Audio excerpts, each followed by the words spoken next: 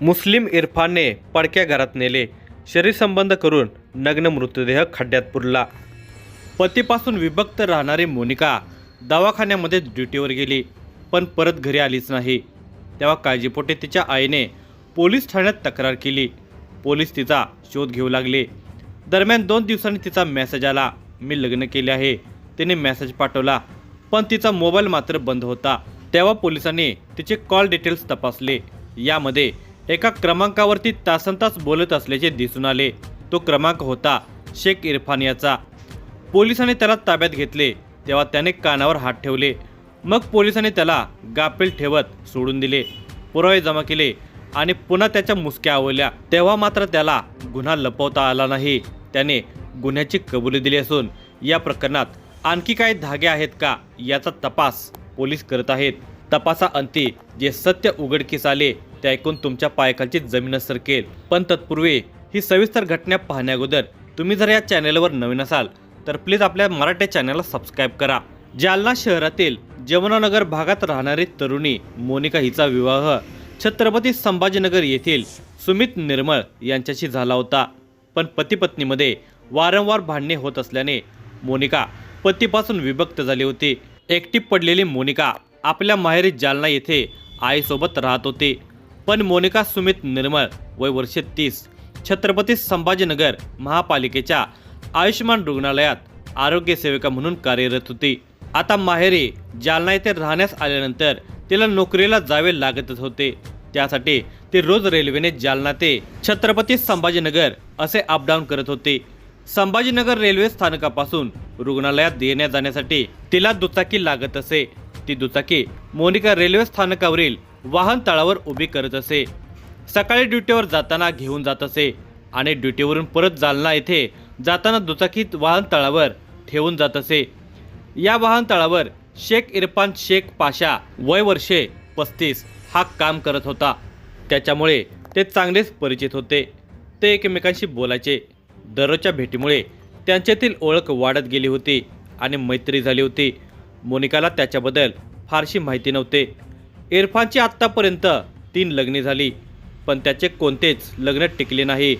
एकही बायको नांदली नाही।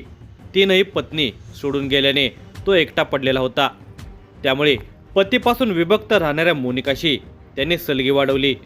तीही त्याच्याशी बोलत होती, पण त्याच्या मनात काय चालले आहे याचा तिला अंदाज नसावा। तो नेहमी तिला कॉल करत असे, तिच्याशी तासनतास बोलत असे। मी तुझ्या पतीशी समजूत काढतो, तुझा संसार सुरळीत होण्यास मदत करतो असे तो तिला सांगत असल्यामुळे ती त्याच्याशी आपुलकीने वागत होती। नंतर मात्र तिला त्याच्या मनातील डाव समजला असावा, कारण अलीकडे ती त्याला टाळत होती। ती आपल्याला टाळते, आपल्याशी कमी बोलते, ती कॉल उचलत नाही, नेहमी तिचा मोबाईल एंगेज लागतो। हे लक्षात आल्याने त्याच्या मनात संशय निर्माण झाला होता। ते आपल्याला सोडून जाणार या विचाराने तो चिडला होता। दिनांक 18 जानेवारीला इरफानने मोनिकाला अनेक वेळा फोन केले, मात्र तिने फोन न उचलल्याने इरफानला राग आला होता। मोनिका आधीसारखी वागत नव्हती। या रागातून त्याने मोनिकाची हत्या करण्याचा कट रचला होता, अशी माहिती पोलीस तपासामध्ये समोर आली आहे। दिनांक 6 फेब्रुवारी रोजी घटनेच्या दिवशी मोनिका छत्रपती संभाजीनगर रेल्वे स्थानकावरून तपोवन एक्सप्रेसने लासूर रेल्वे स्थानकावर आली होती। तिथे इरफान तिची वाट बघतच बसलेला होता। यावेळी तो दारूच्या नशेत होता। ते आल्यानंतर दोघेही दुचाकीने लासूर रेल्वे स्थानकाजवळील स्मशानभूमी परिसरातील एका पडक्या घराजवळ गेले। त्या ठिकाणी काही वेळ दोघेही गप्पा मारत बसले। तिच्या मनात काही नसले तरी त्याच्या मनातील राग कमी झालेला नव्हता। तो तिला म्हणाला, मी तुला जादू दाखवू का?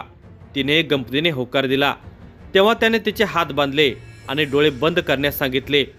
भर दिवसा उघड्यावर काही भलते सलते होणार नाही या विश्वासावर तिने डोळे मिटले, पण तिला माहितीच नव्हते की तिचे डोळे कधीच उघडणार नाहीत।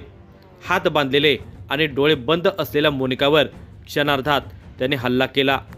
त्याच्या मजबूत पंजात तिची मान आवळली गेली। त्याने पूर्ण ताकदीने तिचा गळा आवळला।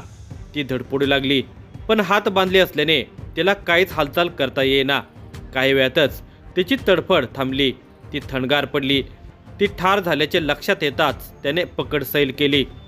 त्या नराधमाचा राग आता शांत झाला होता।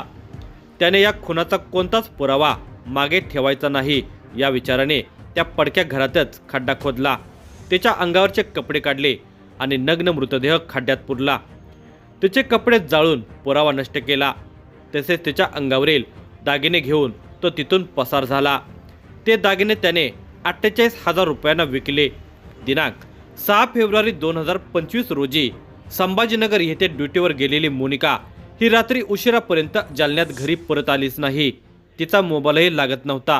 त्यामुळे चिंतातूर झालेल्या आईने दुसऱ्या दिवशी थेट कदीम जालना पोलीस ठाणे गाठून तक्रार दाखल केली. 2 दिवसांनी मोनिकाच्या मोबाईलवरून तिच्या नातेवाईकांना मेसेज आला.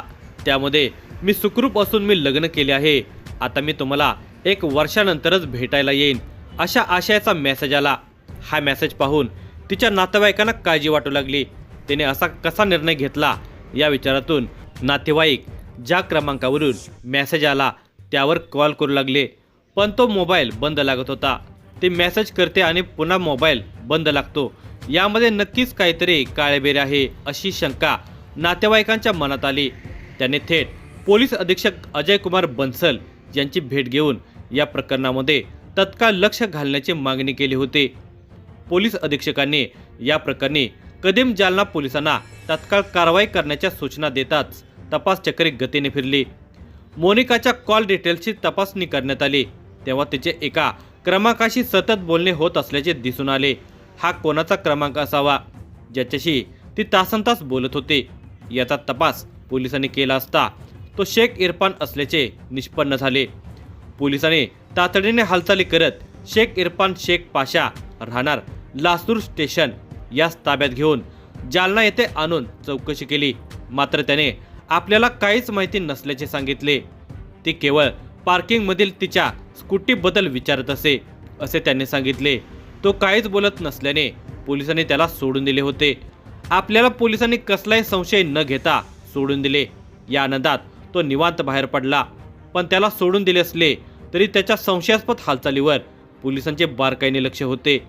पोलिसांनी इरफानच्या मोबाईलच्या कॉल डिटेल्स सोबतच लासूर स्टेशन येथील काही CCTV फुटेज काढून ते तपासले होते. मोनिका हिच्या सोबतचे तासनतास केलेले मोबाईल संभाषण आणि दिनांक 6 फेब्रुवारी 2025 रोजी लासूर स्टेशन येथे फुटेजमध्ये मोनिका व इरफान दिसल्याचे निष्पन्न झाले. ती बेपत्ता झाल्या दिवशी तो तिच्यासोबतच होता हे पक्के झाले. तसे पोलिसांनी पुन्हा झडप घालून इरफानला ताब्यात घेतले. आता मात्र त्याला पोलिसी खाक्यात दाखवताच त्याने तोंड उघडले. इरफानला भेटण्यासाठी मोनिका ही 6 फेब्रुवारी रोजी रेल्वेने लासूर येथे गेली होती.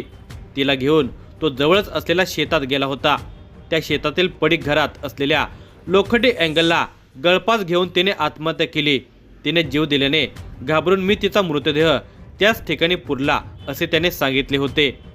त्याने दिलेल्या या माहितीवरून पोलिसांनी छत्रपती संभाजीनगर ग्रामीणच्या शेलेगाव पोलिसांची मदत घेत गंगापूरच्या तहसीलदारांच्या समक्ष मोनिकाचा मृतदेह बाहेर काढला. त्यानंतर घटनास्थळीच वैद्यकीय अधिकाऱ्यांना पाचारण करून उत्तरीय तपासणी करण्यात आली. मृतदेह नग्नावस्थेत होता. तिच्या अंगावरील कपडे जाळल्याचेही आढळून आले होते. इरफानने मोनिकाने आत्महत्या केल्याचा बनाव खोटा असून त्यानेच तिचा खून केला. नंतर पुरावा नष्ट करण्यासाठी तिचा मृतदेह पुरून टाकला असावा असा पोलिसांचा कयास होता. त्यामुळे पोलिसांनी त्याच्याकडे कसून चौकशी केली असता त्याने पापाचा पाडा वाचला. त्यावरून पोलिसांनी त्याच्यावर गुन्हा दाखल करून अटक केली आहे. ही कारवाई पोलीस अधीक्षक अजय कुमार बन्सल, अप्पर पोलीस अधीक्षक आयुष नोपानी, उपविभागीय पोलीस अधिकारी अनंत कुलकर्णी यांच्या मार्गदर्शनाखाली कदीम जालना पोलीस ठाण्याचे पोलीस निरीक्षक सिद्धार्थ माने, पोलीस उपनिरीक्षक ज्ञानदेव नागरे, पोलीस अंमलदार नंदकुमार ठाकूर, दिलीप गायकवाड, शेख अन्सारी आदींनी शिलेगाव पोलिसांच्या मदतीने तपास पूर्ण केला.